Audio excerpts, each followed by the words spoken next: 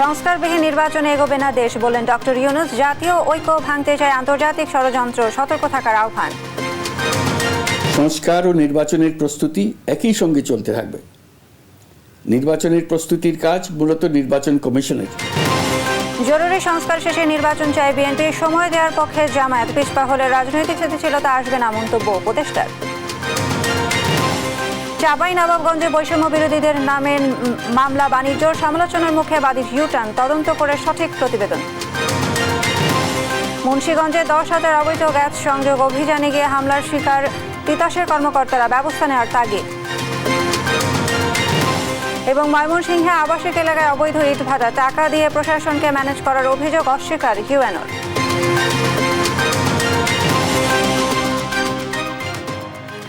দেখছিলেন শিরোনাম সংবাদ সকালের, সাথে আছি আমি সাইনা ইসলাম। সংস্কার ও নির্বাচন প্রস্তুতি একসঙ্গে চলবে বলে জানিয়েছেন প্রধান উপদেষ্টা ডক্টর মোহাম্মদ ইউনূস। শুক্রবার সকালে 2 দিনের ঐক্য, সংস্কার ও নির্বাচন সংলাপ উদ্বোধন অনুষ্ঠানে একথা বলেন তিনি। সংস্কার বিষয়ে ঐক্যমত প্রয়োজন জানিয়ে ডক্টর ইউনূস আরও বলেন, গণঅভ্যুত্থান বিরোধীদের অব্যাহত চক্রান্ত ঐক্য আরও মজবুত করেছে। আর সংস্কারের প্রতিষ্ঠানিকীকরণের জোর দেন সংবিধান সংস্কার কমিশনের প্রধান অধ্যাপক আলী রিয়াজ। মোহাম্মদ আলাউদ্দিনের রিপোর্ট। শুক্রবার সকালে রাজধানী কৃষিবিদ ইনস্টিটিউশন মিলনায়তনে ফোরাম ফর বাংলাদেশ স্টাডিজের আয়োজনে 2 দিনের ঐক্য, সংস্কার ও নির্বাচন বিষয়ে জাতীয় সংলাপ শুরু হয়েছে। সংলাপে ভিডিও বার্তায় উদ্বোধন ঘোষণা করেন অন্তর্বর্তী সরকারের প্রধান উপদেষ্টা ডক্টর মোহাম্মদ ইউনূস। এখন আমরা উদ্বোধনী পর্ব শুরু করব। তিনি বলেন, নির্বাচনের প্রস্তুতির কাজ মূলত নির্বাচন কমিশনের, কিন্তু সংস্কারের কাজে সব নাগরিককে অংশগ্রহণ করতে হবে। সংস্কার ও নির্বাচন প্রস্তুতি একসঙ্গে চলবে বলেও জানান ডক্টর ইউনূস। সংস্কারের যে মহান দায়িত্ব ঐতিহাসিক কারণে আমাদের কাছে এসে গেছে, এই দায়িত্ব আমাদের প্রত্যেককে, প্রতি নাগরিককে, রাজনৈতিক দলকে, প্রতিটি সামাজিক, অর্থনৈতিক, ব্যবসায়িক এবং ধর্মীয় জনগোষ্ঠীর প্রত্যেককে দৃঢ়তার সঙ্গে সংস্কারের মহাযজ্ঞে আনন্দের সঙ্গে ঝাঁপিয়ে পড়তে হবে। সংস্কার ও নির্বাচনের প্রস্তুতি একই সঙ্গে চলতে থাকবে। নির্বাচনের প্রস্তুতির কাজ মূলত নির্বাচন কমিশনের। নাগরিকদের নির্বাচনের তারিখ না পাওয়া পর্যন্ত এই প্রক্রিয়ায় সময় দিতে হয় না, কিন্তু সংস্কারের কাজে সকল নাগরিককে অংশগ্রহণ করতে হবে। দেশকে এগিয়ে নিতে ঐক্য, সংস্কার ও নির্বাচন 3টি প্রয়োজন বলে মন্তব্য করেন অর্থনীতিবিদ ও সোয়াসের অধ্যাপক মোস্তাক হোসেন খান। ঐক্য, সংস্কার, নির্বাচন, এই 3টাকে আমাদের সামনে রাখতে হবে এবং এই 3টার মধ্যে আমার মনে হয় সবথেকে গুরুত্বপূর্ণ হচ্ছে ঐক্যের বিষয়টা। অর্থনীতিবিদ আলী রিয়াজ বলেন, যে কোনো সংস্কারের কার্যকারিতার জন্য প্রাতিষ্ঠানিকীকরণের পাশাপাশি রাজনৈতিক সংস্কৃতিতে পরিবর্তন জরুরি। রাজনৈতিক সংস্কৃতির সংস্কার ছাড়া প্রাতিষ্ঠানিক সংস্কারগুলোকে রক্ষা করার পথ পদ্ধতি তৈরি না করে যে নির্বাচন আপনি করবেন, যেটা দাঁড়াবে সেটা হচ্ছে আপনি সেই নির্বাচনের মধ্য দিয়ে সামগ্রিকভাবে গণতান্ত্রিক যে আকাঙ্ক্ষা, গণতান্ত্রিক প্রতিষ্ঠান যেগুলো, সেগুলো আপনি রক্ষা করতে পারবেন না। এ সময় ঐক্য, সংস্কার ও নির্বাচন নিয়ে সব পক্ষের ঐকমত্য জরুরি, এমনটাই জানান বক্তারা। মোহাম্মদ আলাউদ্দিন, নিউজ ডেস্ক, দেশ টিভি। বিএনপি সংস্কার চায় না, নির্বাচন চায়, এমন অভিযোগ নাকচ করেছেন দলটির মহাসচিব মির্জা ফখরুল ইসলাম আলমগীর। ৭১কে ভুলে না যাওয়ার আহ্বান জানিয়ে তিনি বলেন, জনগণের ওপর কোনো কিছু চাপিয়ে দেওয়া যাবে না।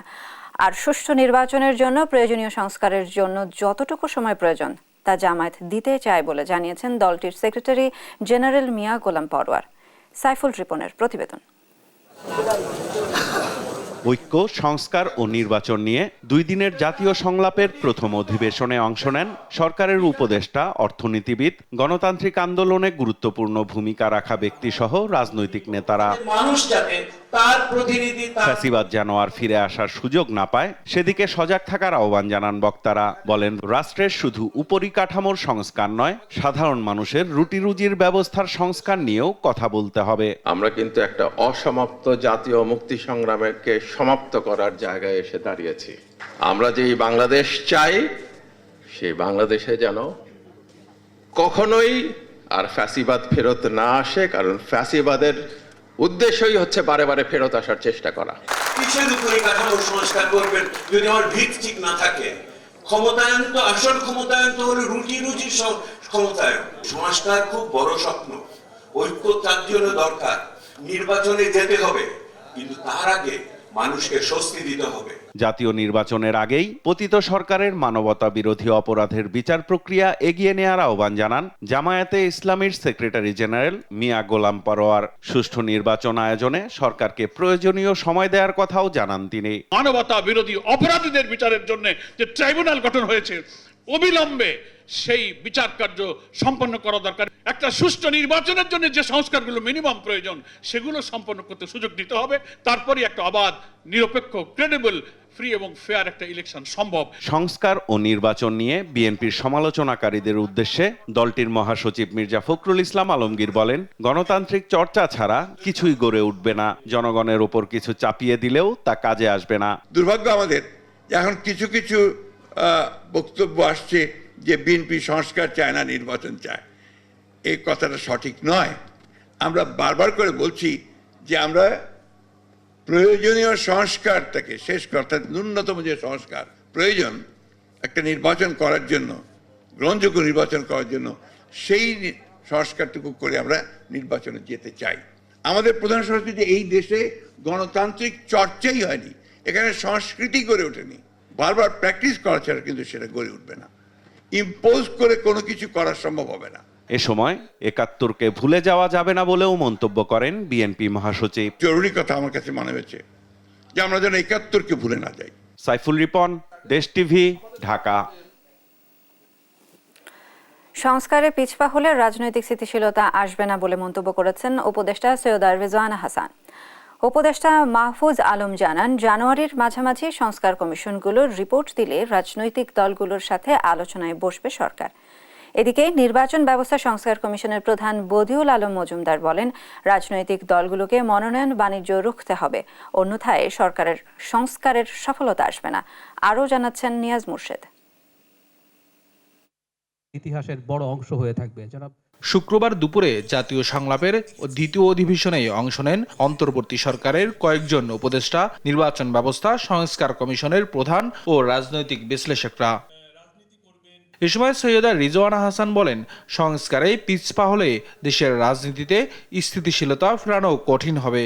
এ সময় উপদেষ্টা মাহফুজ আলম জানান, সংস্কার কমিশনগুলো রিপোর্ট দিলে রাজনৈতিক দলগুলোর সাথে আলোচনায় বসবে সরকার। যদি আমরা সংস্কারের প্রশ্নে পিছপা হই, তাহলে আমি মনে করি না দেশের রাজনৈতিক যে স্টেবিলিটিটা আসার দরকার সেই স্টেবিলিটিটা আসবে বলে। আশা করি আগামী মাসে মাঝামাঝি শুরু থেকে শুরু হবে। কেউ কেউ বলছেন জানুয়ারির ৭, ১০, ১৫ যখনই আসবে আমরা একটা বৃহত্তর একটা কনসালটেশন হবে, এটা আশা করি হবে এবং সব রাজনৈতিক দল, সব স্টেক হোল্ডারদেরকে নিয়ে। বদিউল আলম মজুমদার বলেন, রাজনৈতিক দলগুলো মনোনয়ন বাণিজ্যকে রুখতে না পারলে সংস্কারের সফলতা আসবে না। মনোনয়ন বাণিজ্য যখন হয় তখন রাজনীতিটা কিসে রূপান্তরিত হয়? ব্যবসায় রূপান্তরিত হয়। কিন্তু রাজনীতিটা হওয়ার কথা কি? জনগণের কল্যাণে রাজনীতি করার কথা। তো এটা কি কোনো আমাদের কাছে কিন্তু সালসা আছে, সে সালসা খাওয়াইয়ে কিংবা কোনো আইন করে এগুলো কি বন্ধ করা সম্ভব? এগুলো বন্ধ করা সম্ভব। তথ্য উপদেষ্টা নাহিদ ইসলাম বলেন, অন্তর্বর্তী সরকারকে ব্যর্থ করতে ষড়যন্ত্র চলছে। আন্দোলনের নামে যারা চাকরিবিধি লঙ্ঘন করবে তাদের বিরুদ্ধে কঠোর ব্যবস্থা নেওয়া হবে। নেক্সট উইকেই এটা খুবই কঠোর পদক্ষেপ আসবে। যারা এরকম আন্দোলনের নামে চাকরিবিধি লঙ্ঘন করছে তাদের বিরুদ্ধে অবশ্যই ব্যবস্থা নেওয়া হবে এবং আমাদেরকেও আমরা বলছি যে এখন সময় জনগণকে সেবা দেওয়ার, আমাদের যে গণতান্ত্রিক ট্রানজিশনটা সেইটাকে সঠিকভাবে করতে সহায়তা করার। এ সময় সব রাজনৈতিক দলগুলোকে সরকারের যৌক্তিক সমালোচনা করার আহ্বানও জানান উপদেষ্টারা। আমরা বলছি নিয়াজ মুর্শেদ, দেশ টিভি, ঢাকা। জাতীয় নাগরিক কমিটির মুখ্য সংগঠক সারজিদ আলম বলেছেন, আগামী 2 মাসের মধ্যে একাধিক রাজনৈতিক দল গড়ে উঠবে, কিন্তু জাতীয় নাগরিক কমিটির রাজনৈতিক দল হবে না, প্রেসার গ্রুপ হিসেবে কাজ করবে। শুক্রবার দুপুরে পঞ্চগড় সরকারি অডিটোরিয়ামে জাতীয় নাগরিক কমিটির মতবিনিময় সভায় কথা বলেন তিনি। শেখ হাসিনা গেল 16 বছরে কিছু অবকাঠামোকে দেশের উন্নতি দেখিয়ে ভেতরে ভেতরে যত অপকর্ম করা সম্ভব তা করেছে। শুদ্ধি অভিযান শুরুর আশা জানিয়ে সারজিদ আলম বলেন, তরুণ সমাজ তদবিরে বিশ্বাস করে না। বৈষম্যবিরোধী ছাত্র আন্দোলন অ্যাজ অলওয়েজ ভবিষ্যতেও এটা একটা যেমন আমাদের ঐক্যের প্রতীক হিসেবে ছিল এই পুরো অভ্যুত্থানে, আগামীর বাংলাদেশেও সেভাবেই থাকবে। জাতীয় নাগরিক কমিটি এটা কোনো রাজনৈতিক দল হবে না। ভিতরে ভিতরে যত রকম অপকর্ম করা যায়, দুর্নীতি করা যায়, লুটপাট করা যায়, অর্থ পাচার করা যায়, সেগুলো করা হয়েছে। জঞ্জাল রেখে নির্বাচন করা যাবে না, তবে অন্তর্বর্তী সরকারের স্পষ্ট নির্বাচনী রোডম্যাপ থাকা দরকার বলে মন্তব্য করেছেন জামায়াতে ইসলামী নায়েবে আমির অধ্যাপক মুজিবুর রহমান। শুক্রবার সকালে রমনা থানা জামায়াতে কর্মী সম্মেলনে তিনি বলেন, তামাশার নির্বাচনের মাধ্যমে শেখ হাসিনা গণতন্ত্রকে কলঙ্কিত করেছে, এখনও দেশকে ব্যর্থ করার চেষ্টা চালিয়ে যাচ্ছে। সবাইকে ঐক্যবদ্ধ থাকার আহ্বান জানিয়ে মুজিবুর রহমান বলেন, দেশের মানুষ এক থাকলে স্বাধীনতা সার্বভৌমত্ব কেউ আঘাত হানতে পারবে না। দেশি বিদেশি ষড়যন্ত্রের বিষয়ে সতর্ক থাকার পরামর্শ দেন তিনি।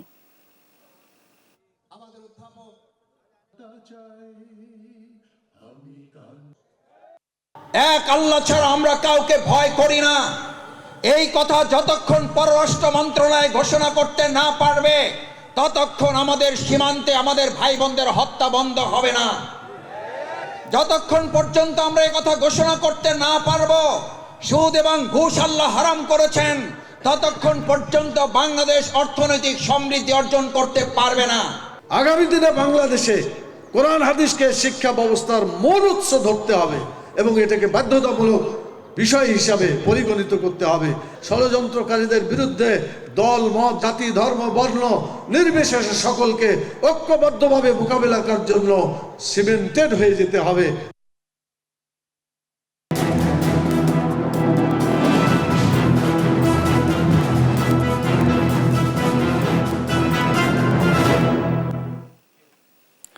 চাঁপাইনবাবগঞ্জে বৈষম্য বিরোধী ছাত্র আন্দোলনের নাম ব্যবহার করে একটি বিস্ফোরক মামলা দায়ের করেন বারোঘরিয়া ইউনিয়নের কালিততলা গ্রামের ইউসুফ আলী নামের এক ব্যক্তি। অবশ্য এই বিষয়ে কিছুই জানেন না বলে জানান বৈষম্য বিরোধী ছাত্র আন্দোলনের নেতারা। প্রতিবাদে ও ঘটনার সুষ্ঠু তদন্তের দাবিতে সংবাদ সম্মেলনও করেন তারা। এদিকে চাহিদা মতো টাকা না পেয়ে হয়রানিমূলক মামলার আসামি করা হয়েছে সাধারণ মানুষকেও। অন্যদিকে পুলিশ বলছে, তদন্ত করে সঠিক প্রতিবেদনই দেওয়া হবে আদালতে। সহকর্মী তারেক রহমানের পাঠানো তথ্যচিত্রে টুম্পা আফরোজের রিপোর্ট। ছাত্র জনতার গণ অভ্যুত্থানে পতন হয় স্বৈরাচার আওয়ামী সরকারের। ৫ আগস্টের পর সারা দেশে শেখ হাসিনা সহ পতিত সরকারের সাবেক এমপি, মন্ত্রী ও আমলাদের নামে শুরু হয় মামলা। কিন্তু অনেক জায়গায় মামলার সুযোগে বাণিজ্যের অভিযোগ ওঠে। উদ্দেশ্য প্রণোদিতভাবে মামলা করেন কেউ কেউ।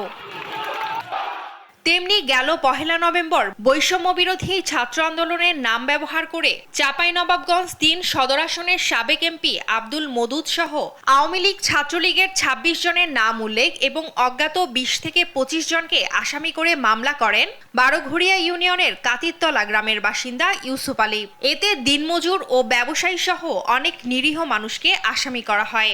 এজাহার থেকে নাম বাদ দেওয়ার কথা বলে আসামিদের অনেকের কাছ থেকে টাকাও নেন বাদী ইউসুফ ও তার লোকজন। সম্প্রতি এ মামলায় ১১ আসামিকে কারাগারে পাঠায় আদালত। তবে আদালতে উপস্থিত হয়ে জামিন আপত্তি নেই আবেদন করায় বাদী ইউসুফ আলীকেও কয়েক ঘন্টা আটক রাখা হয়। এ মামলার আসামিদের একজন রাজমিস্ত্রি আব্দুস সাত্তার। আতঙ্কগ্রস্ত হয়ে কিছুদিন তিনি পালিয়ে থাকেন, পরে আত্মসমর্পণ করলে কিছুদিন কারাগারে থেকে জামিনে মুক্ত হন। ককটেল কি জিনিস তা দেখেননি দাবি করে মিথ্যা মামলার সঠিক তদন্তের দাবি জানান এই খেটে খাওয়া মানুষ। মামলা হয়েছে কি জন্য সঠিক আমি সেটাও জানি না, বা আমি কোনো দলের সাথে যুক্ত না। আমি এই রাজমিস্ত্রির কাজকর্ম করে খাই এ পর্যন্ত জানি আমি। সাত্তারের মতোই ষড়যন্ত্রমূলক মামলার আসামি হয়েছেন স্থানীয় সমাজসেবক সাদরুল ইসলাম ও বাবলু সহ আরো কয়েকজন। এমনকি মামলার সাক্ষীও এ নিয়ে বিব্রত। তিনি নাম প্রত্যাহারের আবেদন করেছেন আদালতে। তারা আমাদেরকে হয়রানি করার জন্য এবং আমাদের প্রতি অন্যায় অবিচার করে তারা একটা মিথ্যা মামলা করলো। যারা কখনো রাজনীতির সাথে যুক্ত ছিল না তাদেরকে আসামি করে এই একটা মিথ্যা মামলা, বৈষম্য বিরোধীর ব্যানারে মিথ্যা মামলা জড়িয়ে আমাদেরকে হেনস্থ করা হচ্ছে। বৈষম্য বিরোধী ছাত্র আন্দোলনের নাম ব্যবহার করে মামলায় চাঁদাবাজি হচ্ছে জানিয়ে সবাইকে সতর্ক থাকতে সংবাদ সম্মেলন করেন শিক্ষার্থীরা। এই মামলাকে কেন্দ্র করে যত চাঁদাবাজি হচ্ছে বা যেটা হচ্ছে সেটা চাঁপাইনবাবগঞ্জ জেলা যে সমন্বয়ক টিম বা যারা আছে তারাও কেউ এটা জানে না। সমালোচনা হয় মামলাটি প্রত্যাহারের কথা ভাবছেন বাদী, তবে ক্যামেরার সামনে কথা বলতে রাজি হননি তিনি। আর তদন্ত করে নিরাপদ ব্যক্তিদের অব্যাহতি দেয়া হবে বলে জানান পুলিশ সুপার। যারা মূল আসামি না, যারা ঘটনা ঘটায় নাই, তাদের কিছু নাম যুক্ত করা হয়েছে। এটাই সমস্যা। এখানে কিছু নিরীহ মানুষকে ঢুকানো হয়েছে, কিন্তু তদন্ত করে তাদেরকে বাদ দেওয়া হবে। মামলাটা মিথ্যা না, তবে মামলার আসামিদের যে নাম দেওয়া হয়েছে একটু বেশি হয়ে গেছে। করে আমরা তদন্ত করে প্রকৃত আসামি যারা, তারাই যেন শাস্তি হয়। নিউজ ডেস্ক, দেশ টিভি। মুন্সিগঞ্জের গজারিয়ায় অবৈধভাবে গ্যাস সংযোগ দিয়ে কোটি কোটি টাকা হাতিয়ে নিয়েছে একটি চক্র। উপজেলার বিভিন্ন ইউনিয়নে বাসাবাড়ির পাশাপাশি শিল্প কারখানায় প্রায় 10,000 অবৈধ সংযোগ রয়েছে। এতে রাজস্ব হারাচ্ছে সরকার।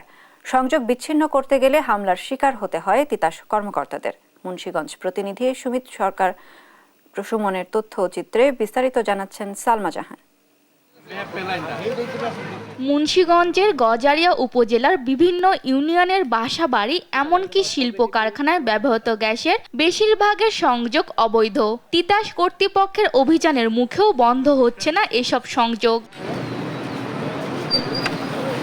উপজেলার ইমামপুরা ইউনিয়নে গ্যাস সংযোগ দেয় পতিত আওয়ামী লীগ সরকারের সময়ে গড়ে ওঠা একটি সিন্ডিকেট। প্রতি সংযোগের জন্য নেওয়া হয় 40 থেকে 50,000 টাকা। সম্প্রতি এই ইউনিয়নের সংযোগগুলো বিচ্ছিন্ন করে দেয় তিতাস গ্যাস কর্তৃপক্ষ। 30,000 করে হেকলাইজারে টাকা দিছি আমরা গ্যাসের জন্য 50,000 করে টাকা দিছি, কিন্তু গ্যাস আমরা অল্প কয়েকদিন জ্বালানোর পরে আমাদের লাইন কেটে দিচ্ছে। যত মিল কারখানা আছে তারা এর সাথে যোগাযোগ আছে, এরা এইভাবেই গ্যাস চালাইতেছে, আমরা পাইতেছি না। কিস্তি উঠাই দিছি, সবাই কষ্ট করে টাকা দিছি, কিন্তু আমরা গ্যাস পাই নাই। আমরা 7 বছর হয়েছে গ্যাস পাইতেছি না। আমরা তো সরকারি হিসাবে আমরা টাকা দিছি, যে আমরা গরিবের কয়বার দুম, আমরা একবার টেয়া দুম, আমরা সারা জীবন একটু সুখ করে দুম। মানে আমরা সরকারিভাবে বৈধভাবে সরকারিভাবে গ্যাস চাই। সিন্ডিকেটের বিরুদ্ধে বিভিন্ন সড়কে বিক্ষোভ করেন ভুক্তভোগীরা। বিক্ষোভ কর্মসূচির নেতৃত্ব দানকারীদের মধ্যে একজনকে কুপিয়ে হত্যাও করা হয়। বেশ কয়েকজনকে গুরুতর আহত করা হয় বলে জানান স্বজনেরা। বিয়ালম মোল্লারে নির্মমভাবে মার্ডার করে, আরো কয়েকজনকে গুরুতর আহত করে। এখন বলবো কি ভাই, আমি তো বলতে গেলে আমার জানা নিরাপত্তা নাই। 2020 সালে এই গ্যাসের প্রতিবাদ করতে গিয়ে আলম মোল্লারে নিঃসঙ্গভাবে হত্যা করে। এই বাহিনী হয়েছে গিয়া মজিবুর চেয়ারম্যানের প্রধান হতা, তার লাগে মিলন দর্জি আছে, উজ্জ্বল বইয়া আছে, মোশারফ আছে, তারপরে আরো এমনি করে 20 জন একটা কমিটি ছিল। উপজেলার বাকি 7টি ইউনিয়নে বাসাবাড়িতে চলমান রয়েছে অবৈধ গ্যাস সংযোগ। তা বন্ধে অভিযান চালালে হামলার শিকার হতে হয় বলে দাবি করেন এই কর্মকর্তা। আমরা অভিযানে গেছিলাম এবং আমরা আমাদের অফিসের স্টাফ, তারপর অফিসাররা জনগণের মাধ্যমে শিকার হয়েছে এবং আমাদের যে টেকনিক্যাল টিম ছিল তাদের মেশিনপত্র তারা কেড়ে নিচ্ছে, সেগুলো এখন বন্ধ উদ্ধারই করতে পারি। পরিস্থিতি এখন একটু স্বাভাবিক হওয়ার প্রেক্ষিতে মোবাইল কোর্ট আমরা পরিচালনা করছি অলরেডি। 5 আগস্টের পরে 7 থেকে 8টা মোবাইল কোর্ট পরিচালনা করছি। গ্যাসের অবৈধ সংযোগ বিচ্ছিন্ন করতে দ্রুত ব্যবস্থা দেখতে চান এলাকাবাসী। নিউজ ডেস্ক, দেশ টিভি। নড়াইলে ধর্ষণের ঘটনায় এক ইউপি নারী সদস্যের মৃত্যুর অভিযোগ উঠেছে। শুক্রবার সকালে যশোরে চিকিৎসাধীন অবস্থায় মৃত্যু হয় তার। বিষয়টি তদন্ত করে দায়ীদের বিরুদ্ধে ব্যবস্থা নেওয়ার দাবি জানিয়েছেন স্বজনসহ এলাকাবাসী। সহকর্মী শরীফুল ইসলামের পাঠানো তথ্যচিত্রে নুসরাত শুভার রিপোর্ট। গত মঙ্গলবার নড়াইল সদর উপজেলার মাইজপাড়া ইউনিয়ন পরিষদের সংরক্ষিত এক সদস্য টিসিবির পণ্য বিতরণ করছিলেন। পরে রাজিবুল ইসলাম নামে এক ব্যক্তি পাওনা টাকা দেওয়ার কথা বলে তাকে দৌলতপুর গ্রামের মুক্তার মোল্লার বাড়িতে ডেকে নিয়ে যান। সন্ধ্যার পরে তাকে ঘরের মধ্যে আটকে রেখে দুর্বৃত্তরা ধর্ষণ করে বলে অভিযোগ ওঠে। ওই রাতে অসুস্থ হয়ে পড়লে পরদিন তাকে যশোর হাসপাতালে ভর্তি করা হয়। সেখানে চিকিৎসাধীন অবস্থায় শুক্রবার তার মৃত্যু হয়। আমার মারে নিয়ে গেছে ডাক্তারের কাছে নিয়ে গেলে আমার মারে চিকিৎসা করতে, আমার মা ভালো আছে না। তারপরে আমার মা সদর হাসপাতালে আমার মা চলে গেল। এই ঘটনার তীব্র নিন্দা জানিয়ে বিষয়টি তদন্ত করে দোষীদের শাস্তির দাবি জানান এলাকাবাসী। ঘটনায় সেটা আমরা কোনো অবস্থাতে মেনে নিতে পারি না। আসলে প্রকৃতপক্ষে এর সত্য উদ্ঘাটন করে যে প্রকৃতপক্ষে দায়ী বা দোষী শনাক্ত হয়, তদন্ত সাপেক্ষে এদের সঠিক বিচার আমরা আশা করি। বাসনা মল্লিককে পরিকল্পিতভাবে ডেকে নিয়ে শারীরিক নির্যাতন সহ আরও অনেক নির্যাতন করায় যশোর সদর হাসপাতালে সে মৃত্যুবরণ করে। আমরা পরিষদ তথা মাইজপাড়া ইউনিয়নবাসী এই দোষীদের দৃষ্টান্তমূলক শাস্তি কামনা করি। সচেতন নাগরিক হিসেবে এই কাজের সাথে যারা জড়িত তাদের দৃষ্টান্তমূলক শাস্তি চাই। ইউপি সদস্যের মৃত্যুর বিষয়টি অবগত জানিয়ে নড়াইল সদর থানার ওসি জানান, তদন্ত করে দায়ীদের বিরুদ্ধে ব্যবস্থা নেওয়া হবে। বিষয়টি সত্যতা যাচাইয়ের জন্য এবং আইনানুগ ব্যবস্থা গ্রহণের জন্য আমি ঊর্ধ্বতন অফিসারকে অবহিত করে এই ঘটনাস্থলে আসছি। এই বিষয়টি অনুসন্ধান করতেছি। অনুসন্ধান পরবর্তীতে সঠিকভাবে এবং আইনগত ব্যবস্থা গ্রহণ করা হবে। দিন দুপুরে ইউপি সদস্যের সঙ্গে এমন অমানবিকতায় জড়িতদের দ্রুত গ্রেপ্তার দেখতে চান এলাকাবাসী। নিউজ ডেস্ক, দেশ টিভি। ময়মনসিংহের ফুলপুরে বছরের পর বছর ধরে চলছে অবৈধ ইটভাটা। আবাসিক এলাকায় গড়ে ওঠা এসব ভাটার কারণে মারাত্মকভাবে পরিবেশ দূষিত হলেও প্রশাসনের নেই কোনো নজরদারি। ইলিয়াস আহমেদের তথ্য ও চিত্রে বিস্তারিত জানাচ্ছেন তারেক মাহমুদ সুজন। ফুলপুর উপজেলায় এবছর 32টি ইট ভাটা শুরু হয়েছে ইট পোড়ানোর কর্মযোগ্য। এর মধ্যে 28টি ভাটাই চলছে অবৈধভাবে। এসব ভাটার কারণে নষ্ট হচ্ছে কৃষি জমি, গাছের ফলমূল ও সবজি ক্ষেত। খোলার যে ধোঁয়া, এই ধোঁয়া এখন আমরা ফসলের বিশাল ক্ষতি হয়। ইটের ভাটায় আমাদের করতেছে মনে করেন গাছের কোনো ফল হয় না। যা কিছু করা হইতেছে সবাই যে মনে করেন একদম এই যে নিস্তেজ হইয়া হয়ে যায়, একটু বড় হয়ে পরে এইগুলাকে ধরে ধরে হয়ে যায়। প্রশাসনের নাগের ডগায় এসব ভাটা চললেও নীরব তারা, নেই কাগজপত্র। তবে পরিবেশ দূষণ করে কিভাবে চলছে এসব ভাটা, এমন প্রশ্নের জবাবে ভাটা কর্তৃপক্ষ বলছেন, বিজয় দিবস, আন্তর্জাতিক মাতৃভাষা দিবস পালনের জন্য ভাটা প্রতি তারা ইউনোকে দিচ্ছেন 50 থেকে 1 লাখ টাকা করে। আজকে টাকা চাইছি, শুরু হয়ে গেছে ভাই, টাকা পাঠাই। যে ফুলপুর থানার মধ্যে 32টা ইট ভাটা আছে। একটা ভাটাতে মনে করেন সভাপতি হয়েছে লাইন তালুকদার। তার কাছে বললি যে কত টাকা করে নেয়, তারা তো সব টাকা নেয়, এটা নেয় সব দিয়ে একটা নষ্ট জমা। উপজেলার থেকে এই তদারকি নিচ্ছে না, তা আমরা কি করবো? এটা উপজেলা প্রশাসনকে অর্থের মাধ্যমে ম্যানেজ করে ভাটা পরিচালিত হওয়ায় নেই কোনো অভিযান, যার কারণে প্রভাবশালী এসব সিন্ডিকেটে জিম্মি সাধারণ শ্রমিকরাও। 6 মাসের লাগে 60,000, 50,000, 40,000 মানে যারা দিতে পারে এরকম ভাবে লইয়া আবার কাজ কলাই ওরা যারা যা দেয় কইয়ানে রেট দিব রেটে কম তাই নিতে হয়। আমরা অন্য কলাই দেয় এই রেটে মনে করুন যে সর্দাররা দিবার চা না। 10 থেকে 15 বছর আগে যে রেটটা ছিল এই রেটটা এখনো চলতেছে। তবে সম্প্রতি ভাটা মালিকদের সঙ্গে নিজ কার্যালয়ে বসে আলোচনার বিষয়টি এড়িয়ে গিয়ে ইউএনও বলছেন টাকা নেওয়ার কথা অসত্য। এটা হচ্ছে যে এই ধরনের কোনো ইনস্ট্রাকশন আমাদের নাই এবং আমরা হচ্ছে আমাদের যারা সুধীজন আছে তাদের সমন্বয়ে প্রোগ্রাম যেভাবে করতে হয় আমরা সেভাবে প্রস্তুতি নিচ্ছি। তারা যে বললো যে উপজেলা প্রশাসনকে তারা প্রতি ভাটা থেকে 1 লাখ থেকে 50,000 টাকা। না, এটা ভুল তথ্য। আমাদের অভিযান আছে, আগামী 22 তারিখ হচ্ছে আমাদের পরিবেশ অধিদপ্তর থেকে একজনকে করেছে, আমরা হচ্ছে অভিযান পরিচালনা করব।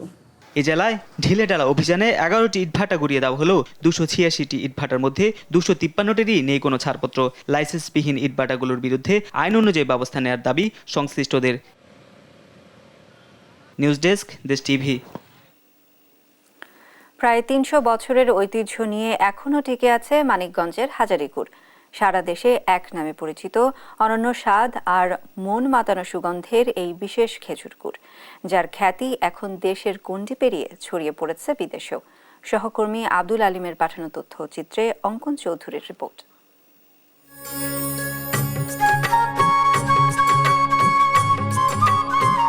কথিত আছে লোভনীয় স্বাদ আর মনোরম সুগন্ধের কারণে হাজারীগুড়ের প্রেমে পড়েছিলেন ব্রিটেনের রানী এলিজাবেথ। মানিকগঞ্জের হরিরামপুর উপজেলার ঝিটকা এলাকায় প্রায় 30টি গাছি পরিবার বহু বছর ধরে হাজারি গুড় তৈরি করে আসছেন। এই গুড় তৈরি করে শতাধিক গাছি তাদের জীবিকা নির্বাহ করেন। শীত মৌসুমে 4 মাসে কোটি টাকার উপরে হাজারি গুড় বিক্রি হয় এবং প্রতি কেজির দাম হয় 1500 থেকে 2000 টাকা। তবে খেজুর গাছের সংখ্যা কমে যাওয়া এবং জ্বালানি খরচ বাড়ার কারণে এই পেশা থেকে আগ্রহ কমেছে। এছাড়া নকল গুড় উৎপাদনকারীদের বিরুদ্ধে প্রশাসনিক ব্যবস্থা না নেওয়ায় হাজারি গুড়ের ঐতিহ্য ও খ্যাতি হুমকির মুখে পড়েছে। সরকারি উদ্যোগে লোকসঙ্গীত আর হাজারি গুড় মানিকগঞ্জের প্রাণের সুর নামে জেলা ব্র্যান্ডিং করা হয়েছে, যাতে এই গুড়ের ঐতিহ্য ও সুনাম রক্ষা করা যায়। এটা অনেক পরিশ্রমের কাজ, আর এই হাজারি গুড় তৈরি করতে মনে করেন অনেক কষ্ট হয়। আর এই হাজারি গুড় তৈরি সব রস দেওয়া হয় না। হাজারি গুড় তৈরি করতে হলে আপনার 7 দিন গাছ শুকাইতে হয়। আর এই হাজারি গুড় যারা তৈরি করে সব গাছই পারে না। হাজারি গুড়টা একটু অন্যরকম।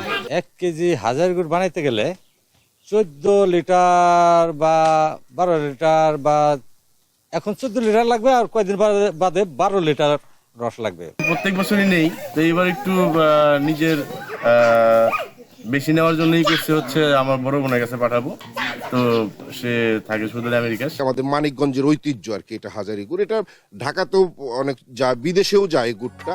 ঐতিহ্যবাহী হাজারি গুড়ের অস্তিত্ব টিকিয়ে রাখতে প্রয়োজনীয় ব্যবস্থা নেওয়ার আশ্বাস দিয়েছেন জেলা প্রশাসক। হাজারি গুড় নিয়ে আমরা একটা মত বিনিময় সভা করেছি। এই মত বিনিময় সভার মূল উদ্দেশ্য ছিল আসলে হাজারি গুড় তৈরির প্রক্রিয়া সম্পর্কে আমরা যারা গাছি আছেন এবং গুড় প্রস্তুত করেন, বাজারজাত করেন, তাদের সবার সাথে কথা বলা, পাশাপাশি এই গুড় তৈরির প্রক্রিয়ায় যাতে আপনার নিরাপত্তামূলক ব্যবস্থা নেওয়া হয়। খেজুর গাছ রোপণ, ভেজাল গুড় উৎপাদন রোধ এবং গাছিদের সহজ শর্তে ঋণ সুবিধা দিয়ে এই শিল্পকে টিকিয়ে রাখার দাবি স্থানীয়দের। নিউজ ডেস্ক, দেশ টিভি। কুড়িগ্রামে কুয়াশা না থাকলেও বইছে কনকনে হিমেল হাওয়া, তবে বেলা বাড়ার সঙ্গে সঙ্গে কমে শীতের তীব্রতা। এ নিয়ে বিস্তারিত জানাতে এই মুহূর্তে আমাদের সাথে যুক্ত হচ্ছেন সহকর্মী মোহাম্মদ জুয়েল রানা। জুয়েল, শীতের প্রভাব কেমন দেখছেন এবং কি বলছে খেটে খাওয়া মানুষ, বিস্তারিত নিয়ে জানাবেন। আপনি যেমনটি বলছিলেন, গত এক মাস ধরে কিন্তু কুড়িগ্রামে 10 থেকে 13 ডিগ্রি সেলসিয়াসে উঠানামা করছে এখানকার তাপমাত্রা। আজ কিন্তু জেলার সর্বনিম্ন তাপমাত্রা রেকর্ড করা হয়েছে 10.8 ডিগ্রি সেলসিয়াস। এছাড়াও কনকনে যে ঠান্ডা সেটি কিন্তু সকালে আসলে অনুভূত হচ্ছে এবং বেলা বাড়ার সঙ্গে সঙ্গে কিন্তু শীতের যে তীব্রতা সেটি কিন্তু একটু কমে যাচ্ছে এবং সন্ধ্যার পর থেকে কিন্তু আবারও শীতের যে তীব্রতা সেটি কিন্তু বেড়ে যাচ্ছে, যার কারণে কিন্তু এখানকার যারা খেটে খাওয়া মানুষ রয়েছে এবং দিনমজুর শ্রেণীর মানুষ রয়েছেন এবং ক্ষেত মজুর শ্রেণীর যে মানুষজন রয়েছে তারা কিন্তু দুর্ভোগে পড়েছে। এছাড়াও কিন্তু এই ঠান্ডার কারণে নদ নদীর অববাহিকার যারা বাসিন্দারা রয়েছে তারা কিন্তু এই ঠান্ডার কারণে কিন্তু বিপাকে পড়েছে। এই মুহূর্তে আমার সঙ্গে একজন রয়েছে দিনমজুর মানুষ, আমি যদি একটু কথা বলতে চাই যে আসলে কেমন দেখছেন ঠান্ডা, কাজকর্ম করতে পারছেন? কাজ করতে আসছি, ঠান্ডাতে আমি হাত পা ঠুসতে না দিয়েছি, কাটতে করেছি। আর মনে করেন কামি না করলে এখন পেলেও বাসে না। আমি সকালবেলা বেড়াইছি, ঠান্ডা খুব, এসে যদি বেশি হতো আমি কি করব, কাজ করতে পার নেই, বুঝলেন, এইভাবে। আপনাকে আরেকটু জানিয়ে রাখি, ঠান্ডার কারণে কিন্তু কুড়িগ্রাম যে জেনারেল হাসপাতাল রয়েছে সেটি কিন্তু, সেই হাসপাতালে কিন্তু শীতজনিত যে রোগে আক্রান্ত রোগীর সংখ্যা সেটি কিন্তু বৃদ্ধি পাচ্ছে। এছাড়াও কিন্তু জেলা প্রশাসন শীত নিবারণের জন্য জেলার 9 উপজেলায় কিন্তু শীত বস্ত্র হিসেবে যে কম্বল সেটি কিন্তু বিতরণ করছে। তবে সরকারিভাবে শীত বস্ত্র বিতরণ করলেও কিন্তু আমরা প্রতি বছর যে দেখি যে বেসরকারিভাবে যে বিভিন্ন সামাজিক সংগঠনগুলো রয়েছে তারা কিন্তু যে শীত বস্ত্র বিতরণ করে তেমনটি কিন্তু এবার চোখে পড়ছে না। আর আবহাওয়া অফিসের ভারপ্রাপ্ত কর্মকর্তা সুবল চন্দ্র সরকার, ওনার সঙ্গে আমি কথা বলছি, উনি বলছেন যে এ মাসে আরো 1 থেকে 2 ডিগ্রি তাপমাত্রা কমা বাড়ার মধ্যেই থাকবে এবং আগামী মাসের শুরুতেই কিন্তু শৈত্যপ্রবাহের সম্ভাবনার কথা বলছে আবহাওয়া অফিস। শাহানা, এই ছিল শীতের সর্বশেষ পরিস্থিতি। ধন্যবাদ জুয়েল। কুড়িগ্রাম থেকে শীতের প্রভাবের বিস্তারিত নিয়ে জানাচ্ছিলেন আমাদের সহকর্মী জুয়েল রানা। আন্তর্জাতিক প্রসঙ্গ, সূর্যোদয় অবিশ্বাস্য মনে হলেও এবার নতুন এক দিগন্তে মানবজাতি সফলভাবে ইতিহাসের সবচেয়ে নিকটতম সূর্যাভিযান সম্পন্ন করেছে নাসার পার্কার সোলার প্রোব। মহাকাশযানটি সম্পূর্ণ নিরাপদ এবং স্বাভাবিক অবস্থায় কাজ করছে বলে জানিয়েছেন যুক্তরাষ্ট্রের মহাকাশ গবেষণা সংস্থা নাসা। পৃথিবীর নিকটতম নক্ষত্র সূর্য সম্পর্কে বিস্তারিত জানার উদ্দেশ্যে গুরুত্বপূর্ণ মিশনে কাজ করেছে এই প্রোবটি। চাঁদ মামার বাড়িতে পা রাখলেও মানুষের কাছে আজও অধরা সূর্যি মামা। সূর্য রহস্য উন্মোচন, এ যেন এক অসাধ্য সাধন। তবুও নিরলস গবেষণা চালাচ্ছিল নাসা। অবশেষে সূর্যোজয় শুনতে অবিশ্বাস্য মনে হলেও এবার সূর্যের সবচেয়ে কাছাকাছি নভোযান পাঠিয়ে ইতিহাস গড়ল যুক্তরাষ্ট্রের এ মহাকাশ গবেষণা কেন্দ্র। উৎক্ষেপণের প্রায় 6 বছর পর সূর্যপৃষ্ঠে পা রাখে পার্কার। স্থানীয় সময় শুক্রবার সূর্যের পৃষ্ঠ থেকে 38 লাখ মাইল দূরত্বে পৌঁছে যায় নাসার মহাকাশযান পার্কার। বিজ্ঞানীদের ধারণা ছিল শনিবার মার্কিন সময় ভোর 5টার দিকে লক্ষ্যে পৌঁছাতে পারবে পার্কার। তবে তার 24 ঘন্টা আগেই সেই স্থানে গিয়ে সিগন্যাল দেওয়া শুরু করেছে নভোযানটি। এই অভিযানের সাফল্য নিয়ে বেশ উদ্বিগ্ন ছিলেন নাসার বিজ্ঞানীরা। সূর্যপৃষ্ঠের কাছাকাছি পৌঁছানোর পর তাৎক্ষণিক এক বিবৃতিতে নাসার পক্ষ থেকে বলা হয়, সূর্যের অভ্যন্তরীণ শক্তির উৎস, সৌর বাতাস, সৌর ঝড় এবং সূর্যের ভিতরকার বিভিন্ন উপাদান সম্পর্কে জানতে একটি নিবিড় বৈজ্ঞানিক অনুসন্ধান প্রয়োজন ছিল।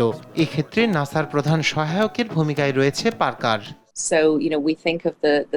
শত শত বছর ধরে মানুষ সূর্যকে জানার চেষ্টা করছে, কিন্তু এখন পর্যন্ত আমাদের সৌরমণ্ডলের এই প্রাণকেন্দ্র নিয়ে খুব বেশি তথ্য জানা যায়নি। আমরা যদি সত্যি আমাদের নক্ষত্র সম্পর্কে যথাযথ জ্ঞান নিতে চাই, তাহলে অবশ্যই তার কাছাকাছি যেতে হবে আমাদের। এটা খুবই বড় একটি চ্যালেঞ্জ ছিল আমাদের জন্য। 2018 সালে পার্কারকে উৎক্ষেপণ করেছিল নাসা। গবেষকরা জানান, পৃথিবী থেকে রওনা দেওয়ার পর এ পর্যন্ত সূর্যকে 21 বার প্রদক্ষিণ করেছে পার্কার। উদ্দেশ্য ছিল সূর্যের সবচেয়ে কাছাকাছি কোন স্থান থেকে নভোযান পাঠানো যায় তা পরীক্ষা করা। উৎক্ষেপণের পর থেকে প্রতি ঘন্টায় 4,30,000 মাইল গতিতে এগিয়েছে পার্কার। যুক্তরাষ্ট্রের নিউ ইয়র্কের বিমানবন্দর থেকে যদি কোনো উড়োজাহাজ এই গতিতে যাত্রা শুরু করে, তাহলে লন্ডনের হিথ্রো বিমানবন্দরে সেটি পৌঁছাতে সময় লাগবে মাত্র 30 সেকেন্ড। রায়হান কবির শুভ্র, নিউজ ডেস্ক, দেশ টিভি। ইয়েমেনের রাজধানী সানায় বিমানবন্দরে বোমা হামলা চালিয়েছে ইসরায়েল। এতে 3 জন নিহত এবং অন্তত 40 জন আহত হয়েছে। এদিকে হামলার সময় সানা আন্তর্জাতিক বিমানবন্দরে অবস্থান করছিলেন বিশ্ব স্বাস্থ্য সংস্থার প্রধান তেদ্রোস আধানম গেব্রেয়াসুস। অল্পের জন্য বেঁচে গেছেন তিনি। আরও জানাচ্ছেন রায়হান কবির শুভ্র। আবারও ইয়েমেনি ভূখণ্ডে হামলা চালিয়েছে ইসরায়েল। স্থানীয় সময় শুক্রবার রাজধানী সানা বিমানবন্দর সহ বেশ কয়েকটি এলাকায় হুতি স্থাপনা লক্ষ্য করে চালানো হয় হামলা। এতে অল্পের জন্য প্রাণে বেঁচে যান বিশ্ব স্বাস্থ্য সংস্থার WHO প্রধান তেদ্রোস আধানম গেব্রেয়াসুস। ইসরায়েলি হামলার সময় বিমানবন্দরে অবস্থান করছিলেন তিনি। সামাজিক মাধ্যম এক্সে দেওয়া পোস্টে WHO প্রধান বলেন, ইসরায়েলের হামলায় উড়োজাহাজের একজন ক্রু আহত হয়েছেন এবং বিমানবন্দরে অন্তত 2 জন নিহত হয়েছেন। যাত্রায় বিলম্ব হলেও বিমানবন্দরে অবস্থান করা জাতিসংঘের অন্যান্য সদস্যরা নিরাপদে আছেন। ইয়েমেনে জাতিসংঘের যেসব কর্মকর্তা বন্দী আছেন তাদের মুক্তির জন্য দেশটিতে গিয়েছিলেন WHO প্রধান। এছাড়াও যুদ্ধবিধ্বস্ত দেশটির স্বাস্থ্যগত ও মানবিক অবস্থা মূল্যায়ন করাও তার সফরের উদ্দেশ্য ছিল। আর বিমানবন্দর সহ ইয়েমেনে ইসরায়েলি হামলা উদ্বেগজনক বলে জানান জাতিসংঘ প্রধানের মুখপাত্র Stephanie ট্রেমলে। Israeli airstrikes today on Sana'a International Airport. ইয়েমেনের সানা আন্তর্জাতিক বিমানবন্দর, লোহিত সাগরের বন্দর এবং বিদ্যুৎ কেন্দ্রে ইসরায়েলি বিমান হামলা বিশেষভাবে উদ্বেগজনক। বিমানবন্দরে আঘাত হানার সময় বিশ্ব স্বাস্থ্য সংস্থার মহাপরিচালক সহ জাতিসংঘের একটি উচ্চ পর্যায়ের প্রতিনিধি দল সেখানে উপস্থিত ছিলেন। ভাগ্যক্রমে তারা নিরাপদ থাকলেও অসংখ্য মানুষ নিহত হয়েছে বলে জানা গেছে। জাতিসংঘ মহাসচিব ইয়েমেন ও ইসরায়েলের মধ্যে উত্তেজনার নিন্দা করেছেন। সমস্ত সামরিক কর্মকাণ্ড বন্ধ করতে এবং সর্বোচ্চ সংযম দেখাতে সংশ্লিষ্ট সবার প্রতি আবারও আহ্বান জানান মহাসচিব। Had just concluded discussions on the humanitarian situation in Yemen. এই হামলায় অনেকে হতাহত হয়েছে বলে জানিয়েছে হুতি নিয়ন্ত্রিত গণমাধ্যম আল মাসিরা। হামলায় ব্যাপকভাবে ক্ষতিগ্রস্ত হয়েছে সানা আন্তর্জাতিক বিমানবন্দর ও হোদেইদা বিদ্যুৎ কেন্দ্র। বিধ্বস্ত হয়েছে ইয়েমেনের পশ্চিম উপকূলীয় অঞ্চলের বন্দর নগরীর বেশ কয়েকটি হুতি সামরিক অবকাঠামো। তবে কয়েক ঘন্টা বন্ধ থাকার পর স্বাভাবিক হয় বিমান চলাচল।